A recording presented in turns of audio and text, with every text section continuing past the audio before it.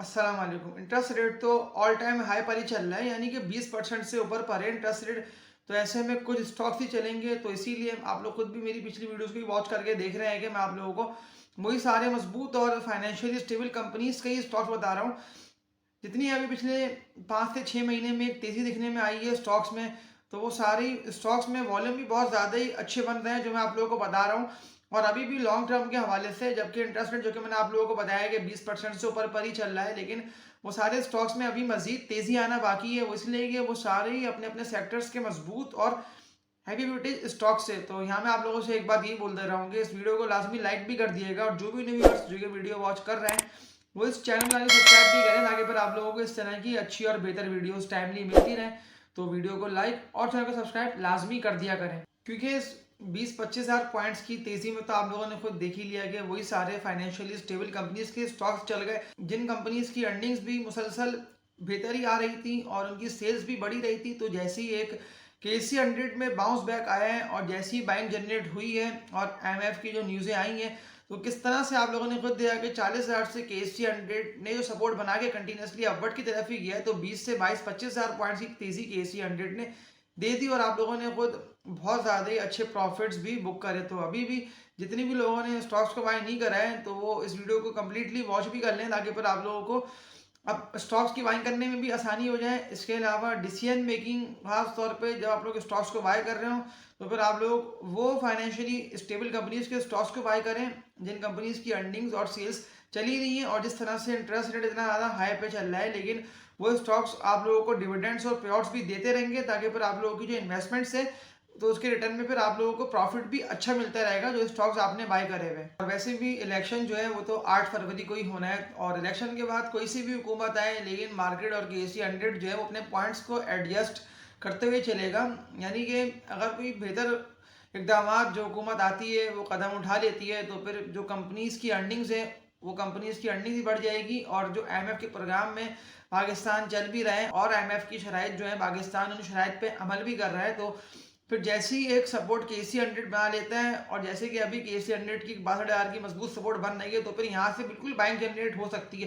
तो आप लोग फिर जिन कंपनीज के स्टॉक्स में वॉल्यूम बहुत ज़्यादा ही अच्छे बन रहे हैं ना, ये देखिए वॉल्यूम्स जो होते हैं ना वो बहुत ज़्यादा ही अहम किरदार अदा कर रहे होते हैं। यानी कि वॉल्यूम्स बुलिश में बढ़ रहे होंगे ना, तो वो स्टॉक बिल्कुल तेज़ी से बढ़ सकता है। जैसे कि आप लोगों के सामने बहुत सारे ऐसे स्टॉक्स की मिसालें हैं, जैसे कि PPL है, OGDC है।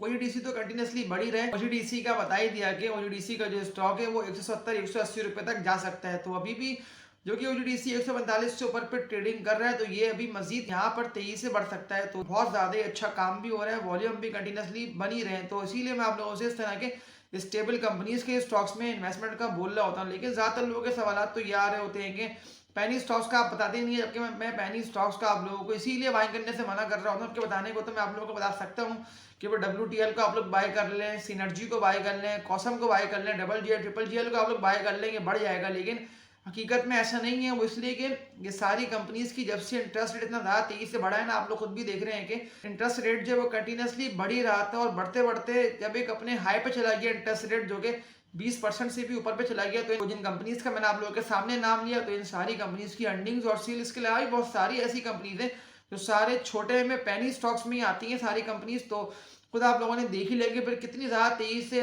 GGL था, GGL था, कहाँ GGL 50 रुपये तक चला गया, कहाँ GGL 25-26 रुपये तक चला गया। लेकिन फिर जैसे जैसे इंटरेस्ट रेट बढ़ा है, तो ये सारी कंपनीज की जो अर्निंग्स थी वो कम हुई हैं, सेल्स भी कम हुई हैं। इसीलिए कि कंपनीज ने लॉन्ग टर्म डेट्स लिए हुए थे, यानी कि लॉन्ग टर्म कर्जे लिए हुए थे। एक्सपेंशन करनी होती है बेसिकली कंपनीज को, यानी कि फिर कंपनीज जो है वो फिर लॉन्ग टर्म में चलती रहे और कंपनीज में फिर ग्रोथ भी होती रहे। लेकिन फिर जैसे इंटरेस्ट रेट बढ़ा, तो उन सारी कंपनीज की अर्निंग्स भी गिरी।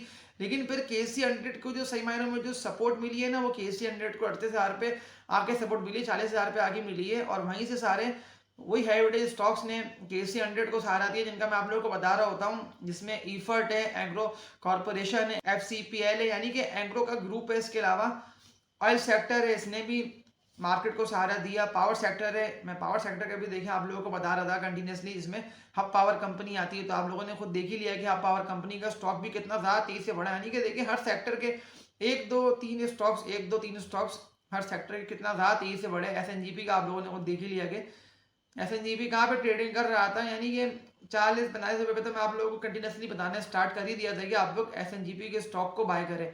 तो फिर एसएनजीपी का स्टॉक वहां से कितना ज्यादा तेजी से बढ़ा। इसके अलावा बैंकिंग के स्टॉक्स आप लोग खुद देख लें कि बैंकिंग सेक्टर ने कितना ज्यादा अच्छा 2023 ईयर में परफॉर्म करा और सारे बैंकिंग के स्टॉक्स ने डिविडेंड्स भी दिए, पे आउट्स भी दिया। अगर मैं बैंकिंग के स्टॉक्स की बात कर लूँ तो उसमें यूबीएल आता है, मीज़ान बैंक है, फैसल बैंक है। तो सारे बैंकिंग के स्टॉक्स ने भी कितना ज़्यादा अच्छा रिटर्न भी दिया। इसके अलावा फार्मा के स्टॉक्स में आप लोगों ने खुद देख ही लिया कि किस तरह से जो डॉलर का रेट था इतना ज़्यादा तेजी से बढ़ा। तो फिर फार्मा कंपनीज की जो अर्निंग्स थी वो भी कम हो गई, सेल्स भी कम हो गई, इसलिए कि कॉस्ट ऑफ डूइंग बिजनेस बहुत ज़्यादा ही महंगा हो चुका था। तो इसीलिए फार्मा के जो स्टॉक्स थे वो फिर यानी कि 2023 ईयर में रुकते हुए से दिखाई दिए और बहुत ज़्यादा ही छोटी रेंज फार्मा के स्टॉक्स की बन चुकी थी और वो यानी कि अपने रेजिस्टेंस एरिया पे आके उससे ऊपर बढ़ भी नहीं रहे थे। तो इसके अलावा oil marketing sector, power sector, ये 2-3 सेक्टर्स का आप लोगों ने खुद देख ही लिया कि कितना ज़्यादा अच्छा इन सारी ही सेक्टर्स ने 2023 यानी परफॉर्म करा। और अभी तक ये सारे सेक्टर्स यानी कि इन सारी सेक्टर्स में गवर्नमेंट और एंटिटीज के ही स्टॉक्स आते हैं। और जब से आईएमएफ का जो पाकिस्तान को लोन मिलने जा रहा है उससे आप लोगों ने खुद देख ही लिया कि फिर कितना ज़्यादा तेजी से सारी कंपनीज के जो स्टॉक्स हैं वो तेजी से बढ़ रहे हैं। इसके अलावा रिफाइनरी सेक्टर के स्टॉक्स थे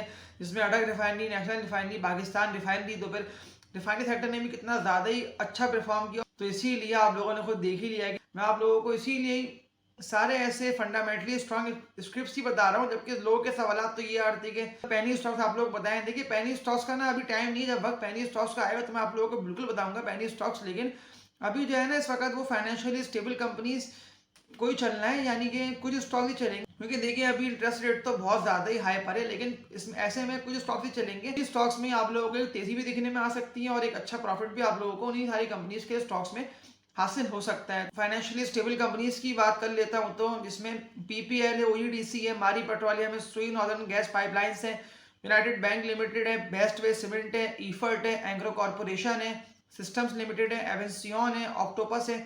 बहुत सारे ऐसे फाइनेंशियली स्टेबल कंपनीज के स्टॉक्स हैं, यानी कि ये वो सारी कंपनीज के स्टॉक्स हैं। भले KC 100 के 10,000 पॉइंट्स भी गिर जाए, लेकिन ये स्टॉक्स जब वापसी रिकवर करेंगे ना तो फिर तेजी से बढ़ेंगे।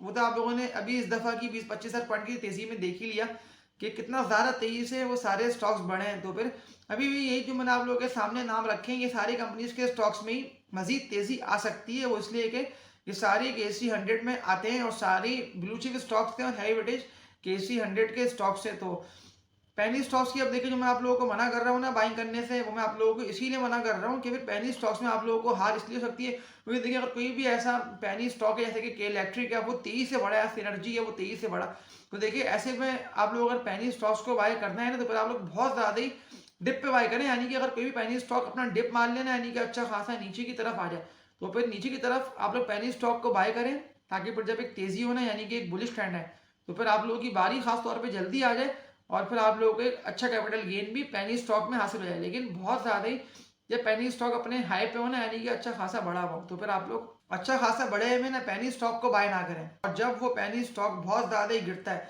तो फिर आप लोगों को डिसीजन लेने का टाइम ही नहीं मिलेगा। वो इसलिए कि पेनी स्टॉक की ना कोई सपोर्ट है ना कोई उसका बेस्ट बाइंग जोन था कि वो वहाँ आके रुक जाए, या वो उसका एक सपोर्ट लेवल था फर्स्ट या इनिशियल कि वो वहाँ आके रुके और वहाँ ट्रेडिंग करे, फिर वहाँ से तेजी से नीचे की तरफ ही गिरता रहेगा। ज़्यादातर लोगों के सवाल तो ये आएंगे कि फिर पेनी स्टॉक्स की बारी कब आनी है। तो देखिए पेनी स्टॉक्स की बारी ना उसी वक्त ही आएगी जब इंटरेस्ट रेट का रिवर्सल होता है, यानी कि इंटरेस्ट रेट वापसी 10-12% पे आता है। तो फिर पेनी स्टॉक्स या वो सारी मजबूत और स्टेबल कंपनीज के स्टॉक्स जिन कंपनीज ने लॉन्ग टर्म डेट्स लिए हुए थे, लेकिन जब इंटरेस्ट रेट बहुत ज़्यादा बढ़ा है तो फिर सारी कंपनीज की अर्निंग्स कम हो गई और सेल्स कम हो गई। लेकिन वो स्टॉक्स आप लोगों को अभी इस टाइम बहुत सारे डिप पर मिल रहे हैं, जैसे कि आगा स्टील है, आयशा स्टील मिल है, अमरेली स्टील है, बहुत सारे ऐसे स्टेबल कंपनीज के स्टॉक्स हैं। इसमें गुलामत भी आता है। तो ये सारे आप लोगों को अभी डिप पर मिल रहे हैं। सिटी फार्मा का स्टॉक है तो आप लोगों की फिर एक अच्छी बाइंग हो जाएगी सारी कंपनीज के स्टॉक में। लेकिन फिर पेनी जो स्टॉक है ना उसमें जो तेजी आएगी ना वो तकरीबन 1-1.5 साल लग जाएगा बारी आने में।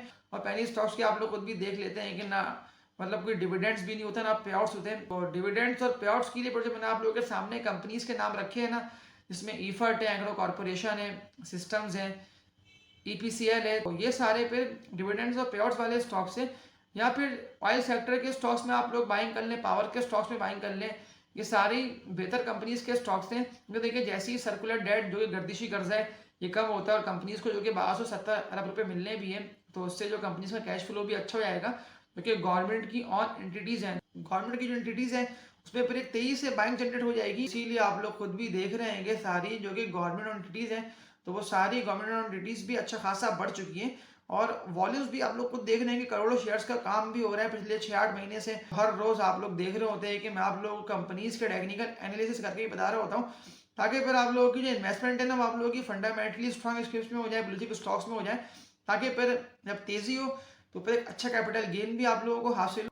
तो वीडियो का आप लोग लाजमी लाइक भी कर दिया करें और न्यू व्यूअर्स चैनल को सब्सक्राइब कर लेंगे, ताकि फिर आप लोगों को स्टॉक्स की बाइंग करने में और डिसीजन करने में आसानी हो जाए। तो तब तक के लिए अपना ख्याल रखिएगा। अल्लाह हाफिज़।